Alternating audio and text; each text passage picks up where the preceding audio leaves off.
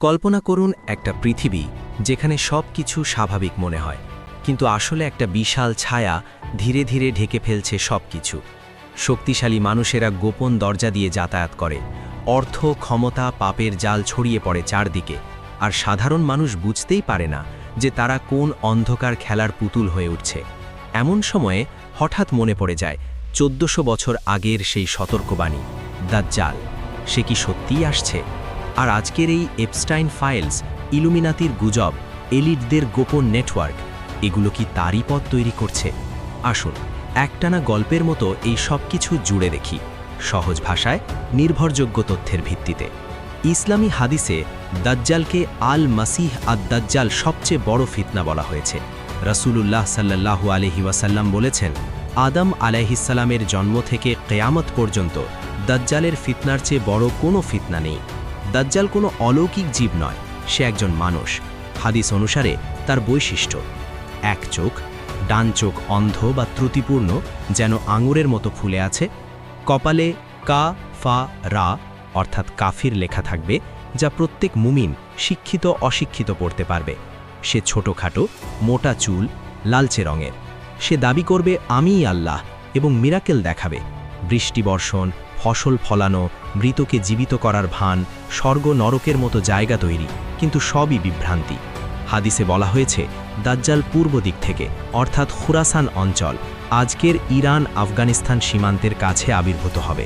তার আগে পৃথিবীতে বড় বড় ফিতনা, খরা, দুর্ভিক্ষ, 3 বছরের ধর্মীয় জ্ঞানের অবক্ষয়, নৈতিক পতন হবে। ইমাম মাহদী আলাইহিসসালাম আসার পর দাজ্জালের আগমন। সে দ্রুত পুরো পৃথিবী ঘুরবে 40 দিন, যার একটি বছরের সমান, একটি মাসের সমান ইত্যাদি। 70,000 ইস্পাহানের ইহুদি তার অনুসারী হবে। শেষে ঈসা আলাইহিসসালামের হাতে সে নিহত হবেন।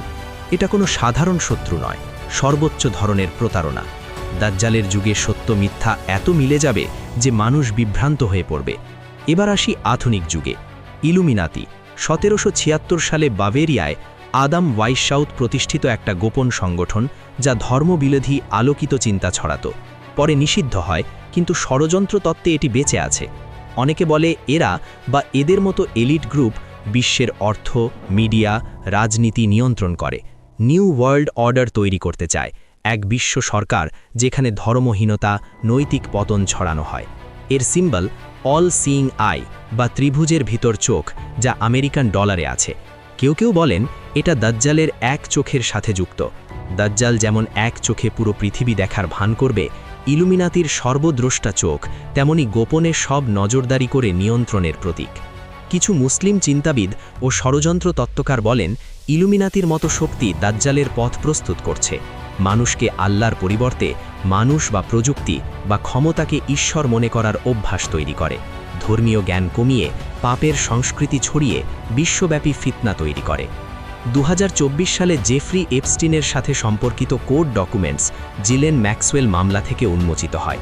এতে নাম আসে Bill Clinton, Donald Trump, Prince Andrew, Bill Gates, Kevin Spacey, Ehud Barak সহ বিশ্বের অনেক ক্ষমতাবান ব্যক্তির। এপস্টিনের ললিতা এক্সপ্রেস ও লিটল সেন্ট জেমস দ্বীপ পেডোফাইল আইল্যান্ড নামে পরিচিত ছিল কেন্দ্র।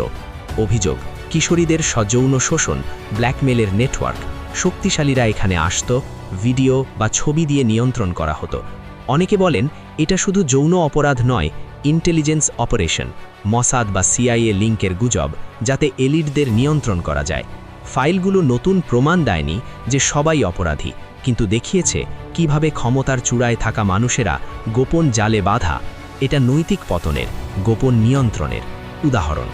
দাজ্জালের আগমনের আগে পৃথিবীতে বড় ফিতনা হবে, ধর্মের অবক্ষয়, দুর্ভিক্ষ, বিভ্রান্তি। ইলুমিনাতির মতো গোপন নেটওয়ার্ক বা এলিট ক্লাব এই পথ প্রস্তুত করছে বলে অনেকে বিশ্বাস করেন। তারা অর্থ, মিডিয়া, প্রযুক্তি দিয়ে মানুষকে নিয়ন্ত্রণ করে। অল সিইং আইয়ের মতো সর্বদ্রষ্টা হয়ে ওঠে। এপস্টিনের মতো স্ক্যান্ডেলগুলো দেখাচ্ছে পৃথিবী এখন সেই পর্যায়ে পৌঁছেছে যেখানে মানুষ সত্য চিনতে পারে না।